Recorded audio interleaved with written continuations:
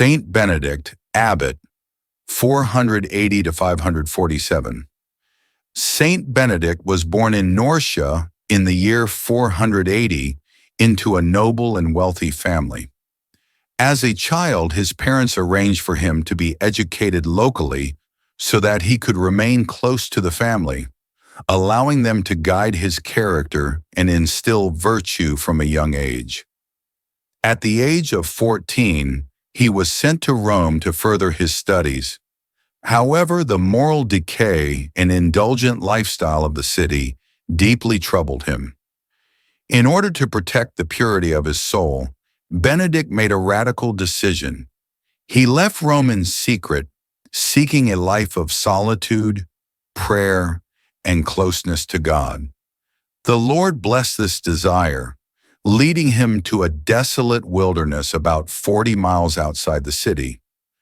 It was there that Benedict encountered a monk named Romanus, who shared his love for silence and holiness. Their shared vision formed the basis of a spiritual friendship. Romanus introduced Benedict to a secluded cave, a hidden refuge untouched by human presence. There, Benedict lived in solitude for 3 years, nourished daily by bread Romanus would bring to him. After this short but intense period of complete seclusion, God willed that the light of Benedict's holiness not remain hidden. As his reputation for holiness grew, so too did the spiritual warfare around him. Demons constantly tried to disturb him, but he would repel them by making the sign of the cross. At the same time, people desiring to live a life of virtue sought him out. Benedict never turned them away. He welcomed them with kindness, guiding and instructing them in the spiritual life. Eventually, his fame spread far beyond the wilderness, reaching even the aristocracy of Rome. Many came to be his disciples. To accommodate them, he established 12 small monasteries, each nurturing a growing number of monks. As more people came to follow his way of life, Benedict realized the need for a more structured community. In the year 520, he moved to Monte Cassino, where he founded the monastery that would become the cornerstone of his spiritual legacy.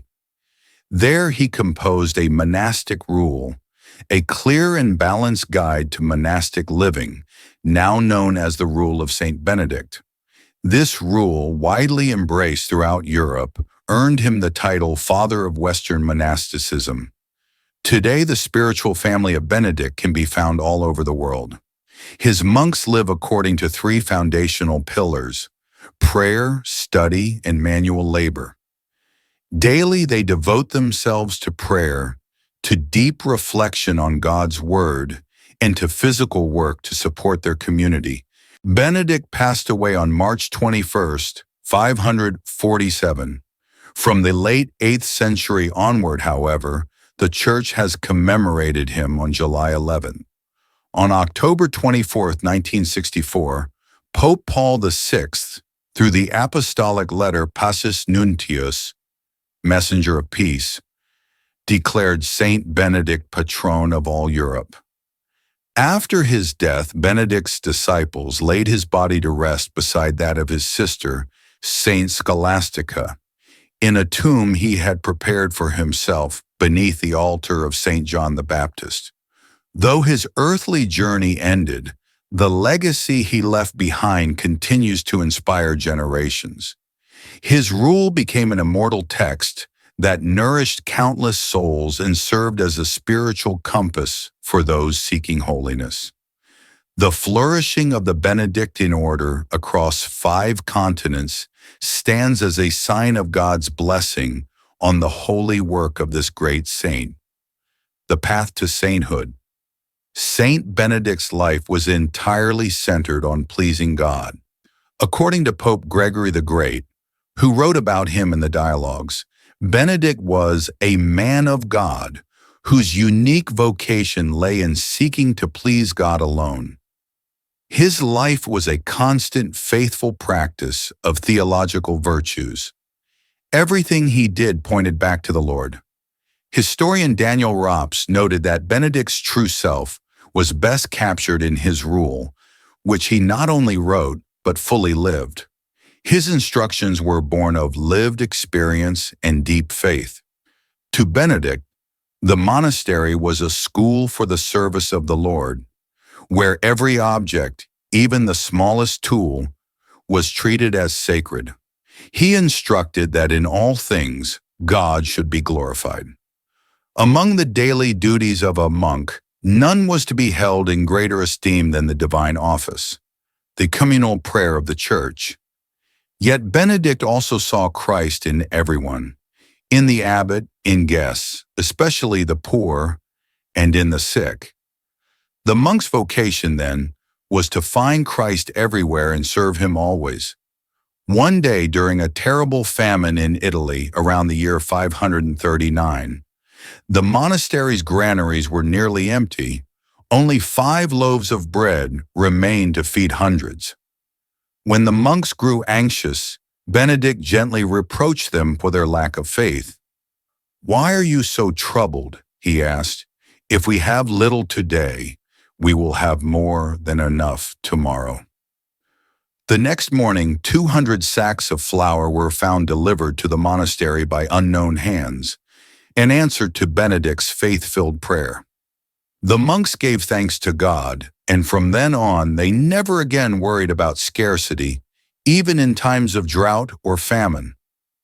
On another occasion, a man came to Benedict in desperation. He was being pursued over an unpaid debt and begged for help. Benedict had no gold to give him and told him as much, but he comforted the man, saying, "Return in 2 days and I will help you." Benedict spent those 2 days in prayer. When the man returned, the monks found 13 gold coins atop a chest that had previously only stored grain. Benedict gave him 12 to settle his debt and the last one for personal needs. Benedict also laid out firm instructions for life within the monastery.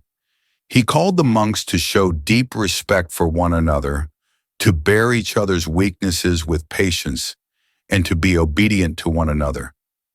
No one was to seek personal gain, but rather the good of all. Brotherly love, reverence for God, sincere love for the abbot, and placing nothing above Christ, these were the pillars of his monastic life. They remain just as powerful today. The life of Saint Benedict is not just a story of the past, it is a living path for those who still long for holiness in a noisy world. His silence spoke louder than argument. His obedience built more than rules, it built lives. And his unwavering faith turned even hunger, loneliness, and temptation into doorways to God. If this story stirred something in your heart, a longing for purpose, for peace, or simply for something deeper, then stay with us.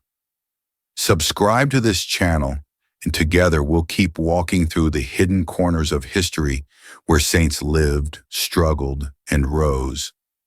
Their stories are not over, and maybe yours is just beginning.